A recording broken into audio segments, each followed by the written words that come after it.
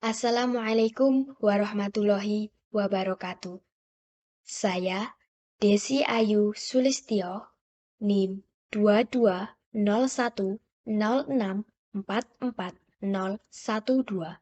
dari kelas PGSD 2022A. Di sini saya akan menjawab soal UTS konsep dasar PPKN secara lisan. Pertanyaan pertama. Sesungguhnya Tuhan itu Esa, satu atau tunggal. Namun tiap-tiap agama atau kepercayaan mempunyai Tuhannya sendiri-sendiri. Jika ini dikumpulkan, maka akan kita dapatkan jumlah Tuhan sama atau lebih banyak daripada jumlah agama atau kepercayaan. Bagaimana Anda menjelaskan konsep Esa itu di tengah-tengah banyaknya agama atau kepercayaan yang sedang berkembang di Indonesia? Konsep Esa pada sila pertama Pancasila yaitu ketuhanan yang Maha Esa dapat diterjemahkan dalam dua makna, yaitu satu, bermakna bahwa Tuhan adalah satu atau tunggal, dan yang kedua, bermakna bahwa keberadaan Tuhan adalah mutlak. Di sini saya akan membahasnya satu persatu. Yang pertama, konsep Esa pada sila pertama Pancasila yaitu ketuhanan yang Maha Esa dapat dimaknai bahwa Tuhan itu satu atau tunggal. Pemaknaan ini didasarkan pada agama yang dianut oleh setiap individu. Individu memaknai bahwa hanya ada satu Tuhan, yaitu Tuhan yang dipercayai dalam agama yang dianutnya. Jadi, individu hanya melihat Tuhan dari satu agama yang dianutnya saja, tanpa melihat Tuhan yang ada pada agama lain yang tidak dianutnya. Jadi, di sini setiap individu memiliki Tuhan yang satu atau tunggal. Yang kedua, konsep Esa pada sila pertama Pancasila yaitu ketuhanan yang Maha Esa bermakna bahwa keberadaan Tuhan adalah mutlak.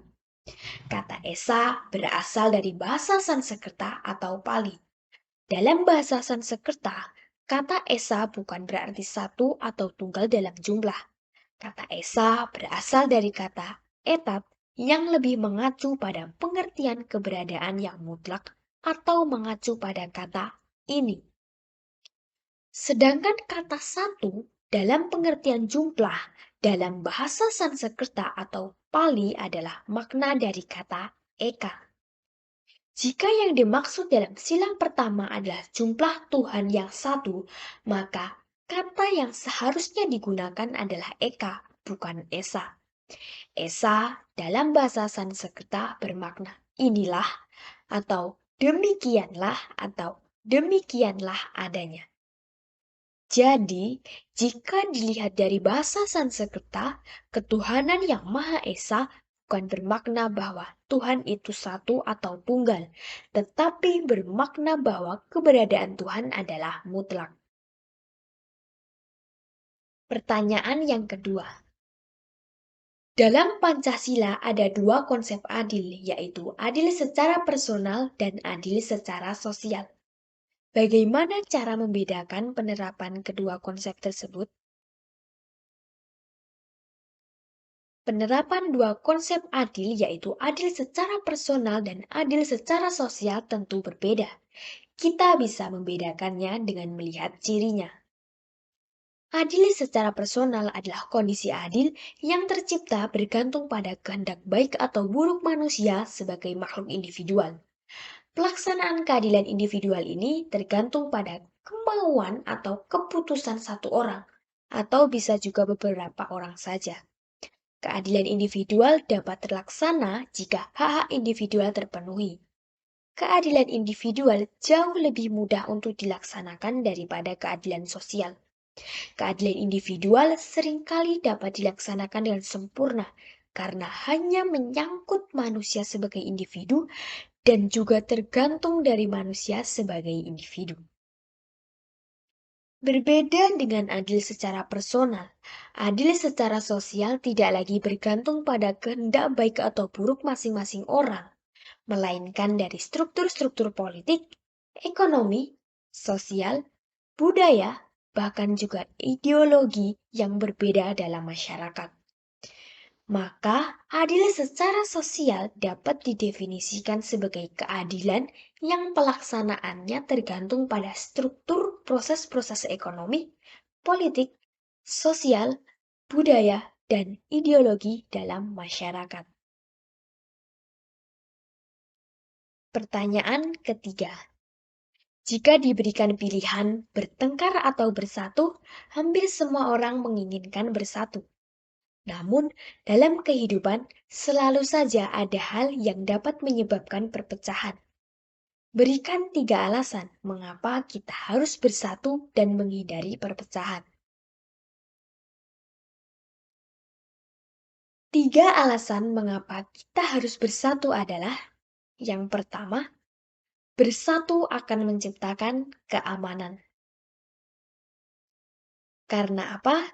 Karena rasa persatuan akan menciptakan kerukunan, mempererat kekeluargaan, mempererat tali persaudaraan, meningkatkan rasa kebersamaan, dan menciptakan sikap saling toleransi. Sehingga dengan bersatu itu akan tercipta kehidupan yang aman, nyaman, tentram, damai, dan harmonis. Alasan yang kedua adalah bersatu akan menghilangkan diskriminasi. Persatuan dan kesatuan dapat menghilangkan perbedaan yang ada di dalam lingkungan masyarakat Indonesia yang beraneka ragam. Rasa persatuan serta kesatuan ini akan menghapuskan sikap diskriminasi dikarenakan seluruh masyarakat adalah satu Indonesia. Apabila tidak terdapat diskriminasi dalam masyarakat, tentu saja kehidupan dan kegiatan bangsa bisa terlaksana dengan damai dan efisien. Alasan yang ketiga yaitu, dengan bersatu, sesuatu akan lebih mudah dan lebih ringan untuk dikerjakan. Manusia adalah makhluk sosial. Manusia tidak bisa hidup sendiri. Manusia pasti membutuhkan bantuan dari orang lain. Dengan adanya persatuan, maka akan menciptakan rasa saling membantu. Mungkin individu bisa menyelesaikan suatu pekerjaan secara mandiri, namun alangkah lebih mudah dan lebih cepatnya jika suatu pekerjaan itu dilakukan secara bersama-sama. Pertanyaan keempat. Pancasila, sila keempat, menuntun kita untuk mengambil jalan musyawarah mufakat atau melalui perwakilan dalam pengambilan keputusan saat ada permasalahan. Namun, dalam kasus pemilu di Indonesia, semua dilakukan melalui mekanisme pemungutan suara secara voting. Mengapa demikian? Di Indonesia, cara pengambilan keputusan ada dua, yaitu melalui musyawarah mufakat dan melalui voting. Voting dilakukan jika pengambilan keputusan tidak bisa dilakukan melalui musyawarah mufakat. Pemilu di Indonesia dilakukan melalui mekanisme pemungutan suara secara voting karena tidak memungkinkan untuk dilakukan secara musyawarah melihat begitu banyaknya jumlah masyarakat Indonesia. Voting dinilai lebih efisien dalam waktu dibanding dengan musyawarah. Voting bisa dilaksanakan dalam waktu 1 hari. Berbeda dengan musyawarah yang mengedepankan keputusan bersama sehingga memerlukan waktu yang panjang untuk berdebat dan menentukan hasil keputusan. Apalagi diketahui bahwa masyarakat Indonesia yang jumlahnya sangat banyak, sehingga dapat dipastikan jika dilakukan musyawarah, maka akan ada banyak pendapat yang masuk dan akan banyak pula sanggahan yang masuk. Dan demikian diperlukan waktu yang sangat lama untuk menentukan hasil keputusan. Selain itu, diketahui bahwa pemilu di Indonesia berasaskan luber-jurdil, yaitu langsung, umum, bebas, rahasia, jujur, dan adil. Jika pemilu dilakukan secara musyawarah, maka pemilu tersebut tidak mengandung asas rahasia, karena dalam musyawarah pendapat diutarakan secara terbuka. Berbeda dengan pemilu secara voting, yang sudah pasti dapat menjamin kerahasiaan setiap suara rakyat.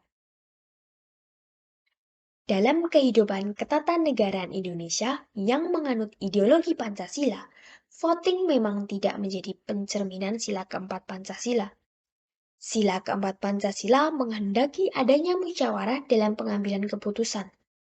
Hal ini tidak sepenuhnya menjadi salah, karena banyaknya faktor yang menjadi pertimbangan. Apalagi Indonesia adalah negara yang menganut sistem perwakilan representatif berdasarkan pemilu. Dalam proses pemilu, tentunya syarat adanya unsur voting. Namun, inilah demokrasi Pancasila Indonesia. Pemilu Indonesia tetap didasari atas asas luber-jurdil dan tetap mengedepankan kedaulatan rakyat. Sistem voting memang bukan ciri dari demokrasi Pancasila.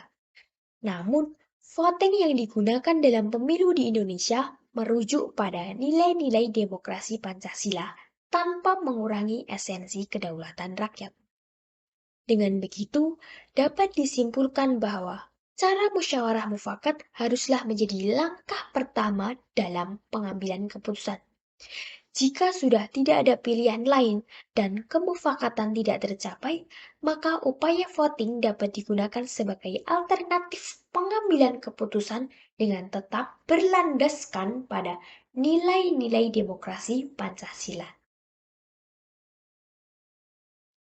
Pertanyaan kelima. Penerapan nilai-nilai Pancasila bukan hanya untuk pejabat saja, namun semua warga negara Indonesia berhak dan wajib menerapkan nilai-nilai Pancasila, termasuk pula di sekolah dasar. Berikan 3 contoh dan jelaskan aktivitas pembelajaran di SD yang mengandung nilai-nilai Pancasila.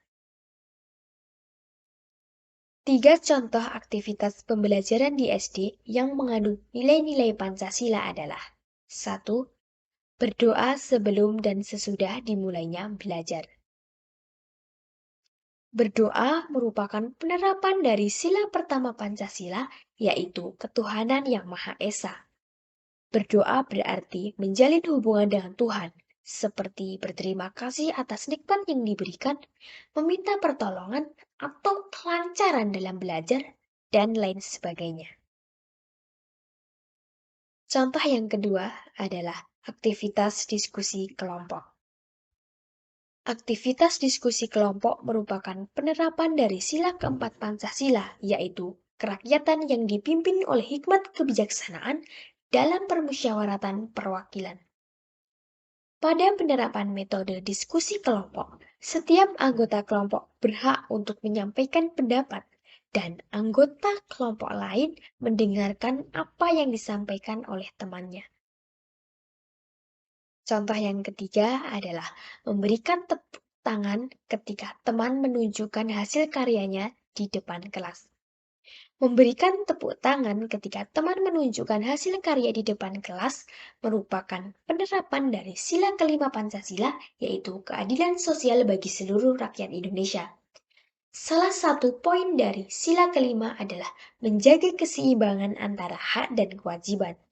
Menghormati dan menghargai hasil karya orang lain adalah kewajiban yang harus dilakukan setiap individu agar bisa mendapatkan hak yang utuh, sehingga terwujudnya keseimbangan antara hak dan kewajiban. Demikian yang dapat saya sampaikan. Ada kurangnya, saya mohon maaf yang sebesar-besarnya. Akhir kata, wassalamualaikum warahmatullahi wabarakatuh.